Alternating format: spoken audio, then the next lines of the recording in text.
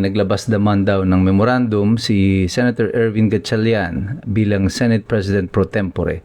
At inuutusan ng lahat ng empleyado sa Senado na mag-work from home at online lang daw ang kanilang gagawing pagtatrabaho. Ano ang masama dito? Ano ang implikasyon nito kanyang mga pinagagawa? Napapansin ko na tuloy-tuloy ang pagkakalat ng mga maling impormasyon at ang mga nakadisenyo ang kanilang mga aksyon patungo sa iisang bagay. Kagaya nga po ng napredict ko kanina ay mukhang gagawa ng drastic na hakbang ang Malacanang.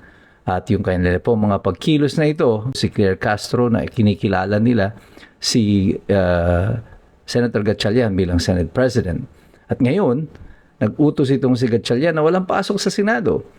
Well, ang unang mali dito, meron pang Senate President. Senator Gatchalian, hindi pa ikaw ang Senate President.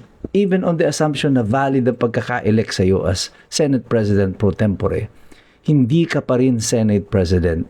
Si Senator Alan Peter Cayetano pa rin ang senador at siya lang ang may karapatan na mag-utos yan sa mga empleyado ng Senado.